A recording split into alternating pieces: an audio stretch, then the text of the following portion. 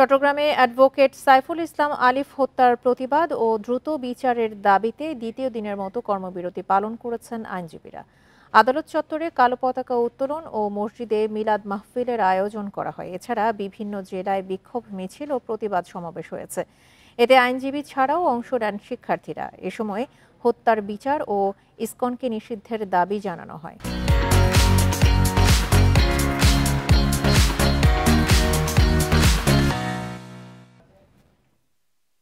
চট্টগ্রামের আদালত প্রাঙ্গণে নেই চিরচেনা ব্যস্ততা।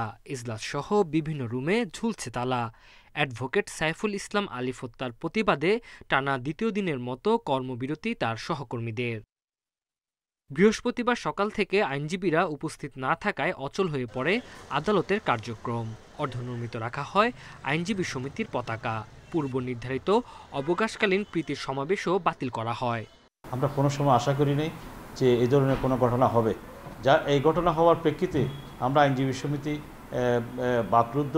আজকেও আমাদের আদালত কর্মবিরতি পালনের কর্মসূচি আমরা নিয়েছি। পাশাপাশি আমাদের আইনজীবী সমিতির পতাকা অর্ধনির্মিত থাকবে। বরিশালে মিছিল করেছেন আইনজীবীরা। নগরীর বিভিন্ন সড়ক ঘুরে আদালত প্রাঙ্গণে গিয়ে তা শেষ হয়। পরে প্রতিবাদ সমাবেশে সাইফুল হত্যার বিচার ও ইসকনকে নিষিদ্ধের দাবি জানানো হয়। একই দাবিতে বিক্ষোভ করেছেন অমৃত লাল দে কলেজের শিক্ষার্থীরাও। কোনো আইনজীবীর রক্ত আমরা বিচার যেতে দেব না এবং সরকারের কাছে বিনয়ের সাথে অনুরোধ করব, এই আইনজীবী হত্যার সঠিক সুষ্ঠু বিচারের মাধ্যমে ন্যায় বিচার প্রতিষ্ঠা হোক। আমরা সারা বাংলাদেশের আইনজীবীরা এটা কোনোভাবে মেনে নিতে পারি না। অবিলম্বে এদেরকে বিরুদ্ধে আইনগত ব্যবস্থা নেওয়া হোক। আইনজীবী হত্যার বিচার ও সাম্প্রদায়িক সন্ত্রাসের প্রতিবাদে মানববন্ধন করেছেন জাহাঙ্গীরনগর বিশ্ববিদ্যালয়ের শিক্ষার্থীরা। দ্রুত সময়ের মধ্যে বিচার শেষ করার আহ্বান তাদের। আমরা এই জুলাই গণঅভ্যুত্থান পরবর্তী বাংলাদেশে এই সহিংসতা চাই না। যে ধর্মের হোক, যে সংগঠনের হোক, সেটা আমাদের দেখার বিষয় না। তাদের একটাই পরিচয়, তারা উগ্রপন্থী, তারা অপরাধী, তারা সন্ত্রাসী হিসেবে তাদের বিচার করা হোক। এদিকে আইনজীবী হত্যার প্রতিবাদে সুনামগঞ্জে বিক্ষোভ মিছিল ও প্রতিবাদ সমাবেশ করেছে জাতীয়তাবাদী আইনজীবী ফোরাম। শরীয়তপুরে বিক্ষোভ করেছেন শিক্ষার্থীরা। Tanzil Hasnat, independent news.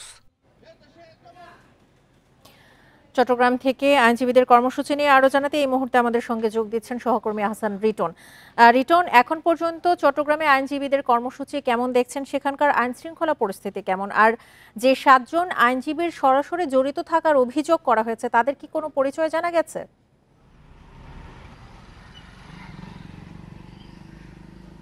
দেখুন, আজকে দ্বিতীয় দিনের মতো চট্টগ্রাম আদালতের যে কার্যক্রম সেটি আসলে বন্ধ রয়েছে। আমরা আসলে এখানে যারা আইনজীবী রয়েছেন তাদের সাথে কথা বলছি। তারা বলছেন যে তাদের যে সহকর্মী অ্যাডভোকেট সাইফুল ইসলাম আলিফ, তার হত্যাকাণ্ডের প্রতিবাদে তারা মূলত এই কর্মসূচি পালন করছে। আমরা দেখেছি আজকে সকাল থেকে যে সমস্ত পথগুলো রয়েছে সেগুলোতে তালা ঝুলছে এবং ইতিমধ্যে সকাল থেকে বেশ কয়েক দফা তারা নানা কার্যক্রম শেষ করেছে। তার মধ্যে ছিল তাদের যে আইনজীবী সমিতির যে পতাকা সেটি অর্ধনির্মিত রাখা, পাশাপাশি হচ্ছে আজকে অ্যাডভোকেট সাইফুল ইসলাম আলিফের রুহের মাগফিরাত কামনা করে কোর্ট বিল্ডিংয়ে যে মসজিদ রয়েছে সেখানে বিশেষ দোয়া এবং মোনাজাতের আয়োজন করা হয়েছিল। পাশাপাশি একটি শোক র্যালিও ছিল। আমরা অন্যান্য সময় চট্টগ্রাম আদালত পাড়ায় যে এরকম ঠিক এই মুহূর্তে এই সময়টিতে যেরকম আইনজীবী এবং বিচারপ্রার্থী যারা রয়েছে সবার সমন্বয়ে যেরকম একটি ভিড় দেখি, আজকে আসলে দুদিন ধরে সেই চিত্রটি একেবারেই ভিন্ন। আমরা দেখছি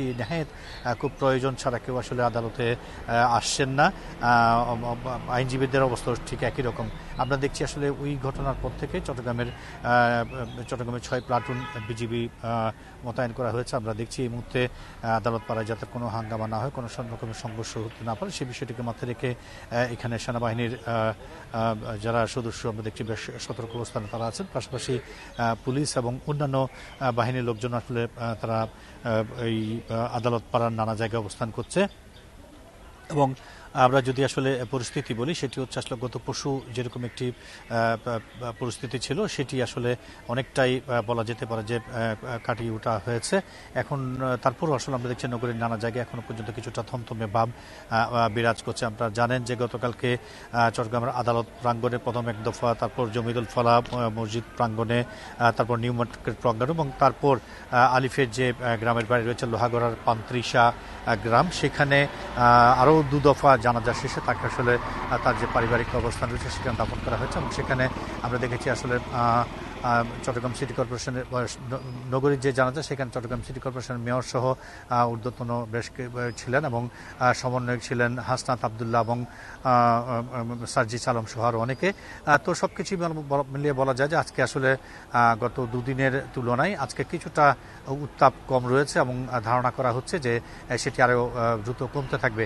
আমরা আইনজীবী সমিতির সঙ্গে যারা আছেন তাদের সঙ্গে কথা বলেছি, তারা বলছেন যে অনাকাঙ্ক্ষিত ঘটনাটি ঘটেছে সেক্ষেত্রে যারা দোষী তাদের আসলে বিচার তারা কামনা করছেন। পাশাপাশি ইসকনকে নিষিদ্ধ করার একটি ঘোষণাও, একটি দাবিও আসলে সবার পক্ষ থেকে আসছে এবং আমরা আইন শৃঙ্খলা বাহিনীর সাথে কথা বলেছি, তারা বলছে পরিস্থিতি যাতে কোনোভাবেই ঘোলাটে হতে না পারে, কোনোভাবেই বিশৃঙ্খল পরিস্থিতিতে উঠতে না পারে সেই বিষয়টিকে মাথায় রেখে তারা সতর্ক দৃষ্টি রাখছেন।